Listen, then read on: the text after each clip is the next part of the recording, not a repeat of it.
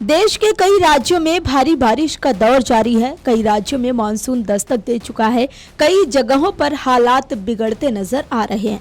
तो चलिए जानते हैं किस प्रदेश में मौसम का कैसा हाल है।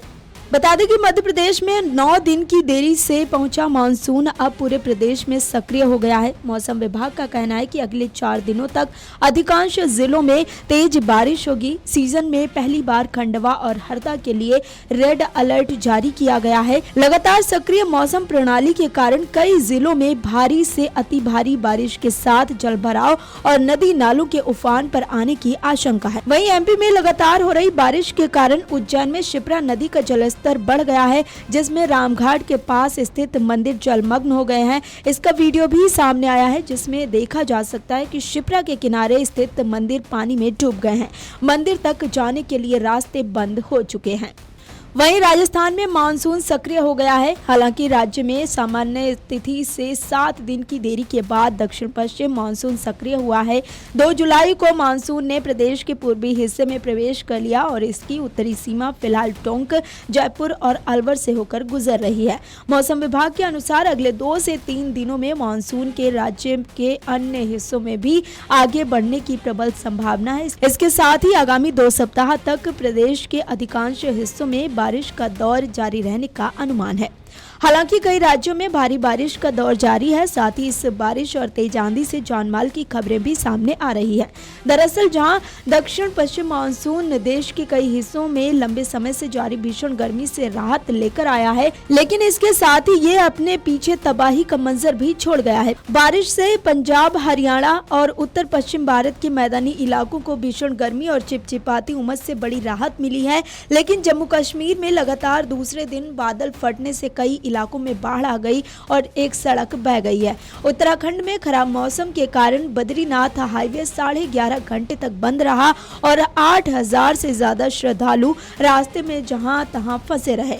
भारी बारिश ने हिमाचल प्रदेश में भी कोहराम मचा रखा है। राज्य में बारिश, बाढ़ और भूस्खलन के चलते 46 सड़कें बंद हैं। आईएमडी के अनुसार हरियाणा और पंजाब में रुक रुक कर बौछारें पड़ी, जिससे अधिकतम तापमान सामान्य से काफी नीचे रहा और लोगों को चिलचिलाती गर्मी से राहत मिली।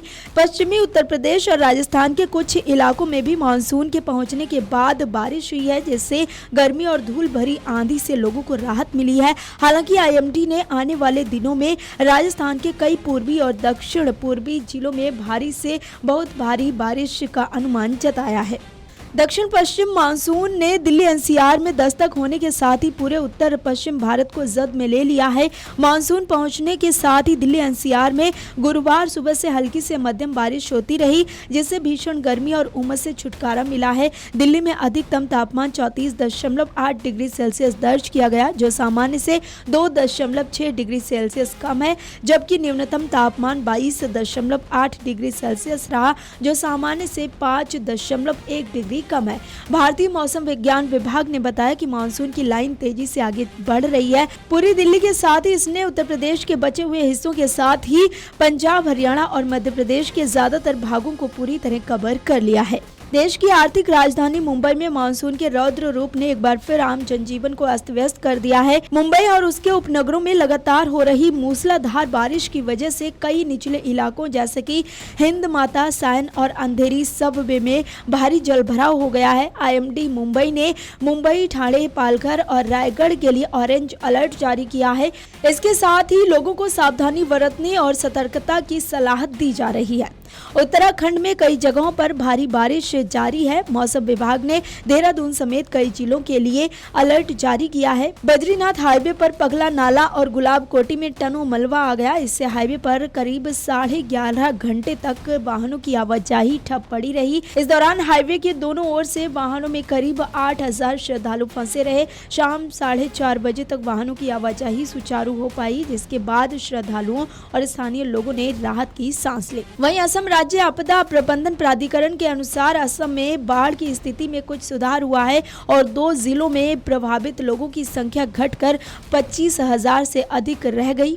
धेमाजी और डिब्रूगढ़ जिलों में लगभग 25,100 लोग अभी भी प्रभावित हैं, जिनमें से अकेले धेमाजी में 21,000 से अधिक लोग हैं। बुधवार तक बाढ़ प्रभावितों की संख्या 48,000 से अधिक थी। प्राधिकरण ने बताया कि दोनों प्रभावित जिलों में 4 राहत केंद्र स्थापित किए गए हैं और आवश्यक अनाज और सामग्री का वितरण किया जा रहा है। अभी भी 52 गाँव जलमग्न है और 393.44 एकड़ फसलें डूब गई है। अगर आप ये वीडियो YouTube पर देख रहे हैं तो हमारे चैनल को सब्सक्राइब कर बेल आइकन दबाएं और Facebook पर देख रहे हैं तो हमारे पेज को लाइक करें।